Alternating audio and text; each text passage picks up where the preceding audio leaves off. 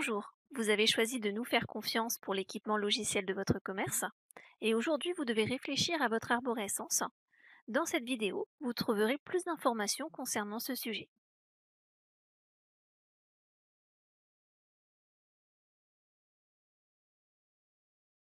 Dans Artifact, tous les produits doivent être classés dans une arborescence propre à chaque commerce. Elle doit être créée en fonction de vos besoins. Voici une arborescence dans Artifact. Cette arborescence est constituée de boîtes et d'engrenages. Les engrenages correspondent à ce qu'on va appeler des catégories. Finalement, c'est le dernier niveau de votre arborescence. Vous créerez ensuite vos produits dans ces catégories. Attention, il ne faut pas être trop précis dans le nom des catégories. On considère qu'il faut au minimum une dizaine de produits par catégorie.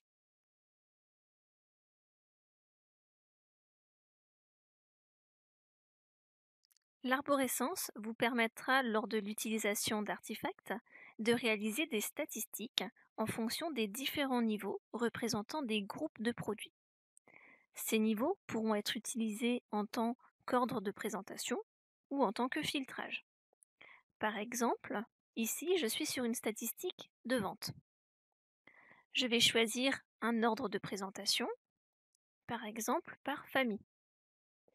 Puis je vais cliquer sur Lancer le calcul en bas à droite. Et je vais retrouver tous les produits vendus sur la période pour chaque famille. On peut alors comparer les ventes des familles. On peut également mettre plusieurs ordres de présentation et choisir par famille, puis par catégorie. Je clique sur Lancer le calcul et je vais retrouver ici la famille, le total vendu sur la période pour chaque famille, puis le total vendu pour chaque catégorie appartenant à cette famille. Vous pouvez également utiliser la fonction filtrage pour réaliser une statistique pour un groupe de produits précisément. Je clique ici sur Ajouter. Je vais choisir Catégorie. Je clique sur le plus et je choisis par exemple la boîte épicerie. Je clique sur OK. Je clique sur Lancer le calcul et je vais retrouver le total de produits vendus sur la période pour la famille épicerie. Si les statistiques sont importantes pour vous, il faudra garder à l'esprit lors de la création de votre arborescence que celle-ci pourra vous aider à effectuer certaines statistiques.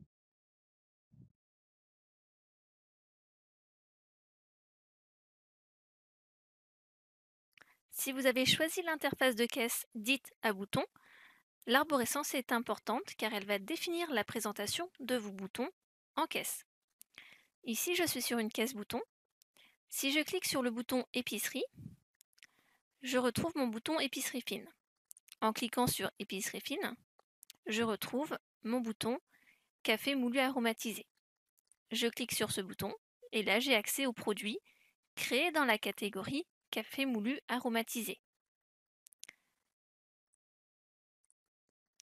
Ici je vois l'arborescence correspondant. Si je clique sur épicerie, je retrouve bien épicerie fine au second niveau. Si je clique sur épicerie fine, je retrouve bien les cafés moulus aromatisés.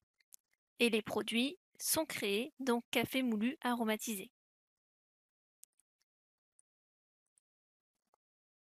En caisse bouton, on ne peut afficher que 3 niveaux maximum d'arborescence. Le bleu, le orange et le mauve. Nous vous conseillons donc de créer une arborescence avec 1, 2 ou 3 niveaux maximum. Si vous n'avez pas choisi la caisse bouton et que cette option vous intéresse, nous pouvons la mettre en place à tout moment, même si vous avez déjà commencé à utiliser Artifact.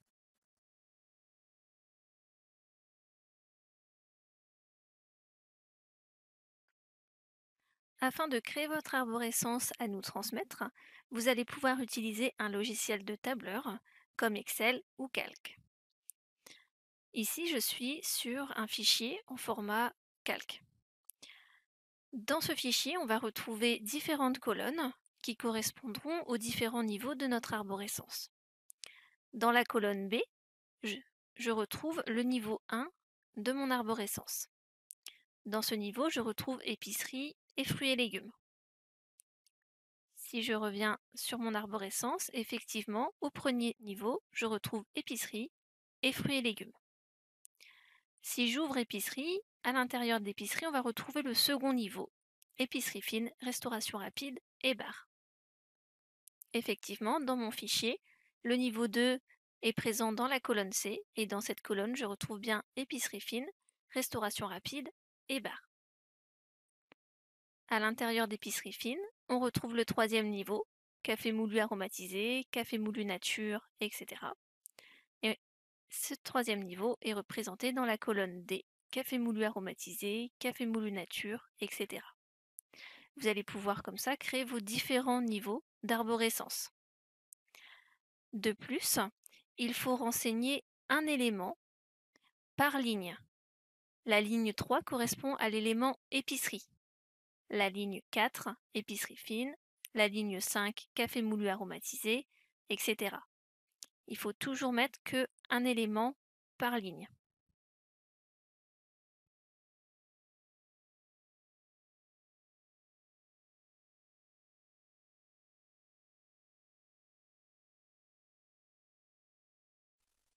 Si vous avez souscrit au module poids-prix permettant de vendre des produits conditionnés ou en vrac, nous avons besoin d'informations complémentaires afin de mettre en place ce module spécifique dans votre version d'Artifact. Vous allez pouvoir renseigner ces deux informations dans votre arborescence. Ici, elles sont présentes dans les colonnes F et G. Dans la colonne F, on va renseigner la manière dont les produits sont vendus, soit en vrac, soit conditionnés. Vrac ou conditionnés. Les produits conditionnés sont des produits déjà regroupés dans un contenant. Par exemple, un sachet de carottes, une barquette de fraises ou même un paquet de gâteaux. Ces produits possèdent un prix fixe à l'unité et également un prix d'affichage au litre ou au kilo. Puis on va renseigner dans la colonne suivante s'il faut raisonner en litres ou en kilos. Par exemple ici, pour les beurres et margarines, ce sont des produits conditionnés vendus au kilo. Pour la crèmerie bio, conditionnée au kilo. Crème fraîche, conditionnée au kilo.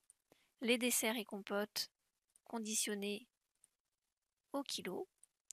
Les fromages, on peut imaginer ici que les fromages sont vendus à la coupe. À ce moment-là, on va être en vrac et au kilo. Les fromages blancs conditionnés kilo. Les jus conditionnés et au litre par exemple. Le lait conditionné et au litre également, et ainsi de suite. On va renseigner les colonnes F et G pour chaque catégorie, donc sur chaque ligne.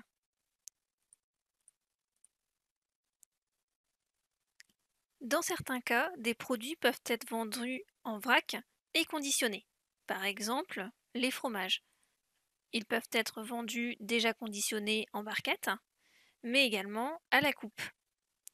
Dans ce cas, il faut créer deux catégories différentes, une pour les fromages vendus en vrac et une pour les fromages vendus conditionnés. Attention, il ne faut pas donner le même nom aux deux catégories. Il faut les appeler différemment. Par exemple, on va pouvoir les appeler fromage à la coupe pour les fromages vendus en vrac et fromage tout simplement pour les autres fromages déjà conditionnés. On va retrouver cette situation dans les ventes de thé et de café également, qui peuvent être vendus soit en vrac, soit conditionnés. J'espère que cette vidéo a pu vous aider. N'hésitez surtout pas à nous recontacter si vous avez besoin de plus d'informations ou si vous souhaitez obtenir un modèle que vous pourriez modifier. Je vous souhaite une très bonne journée. À bientôt!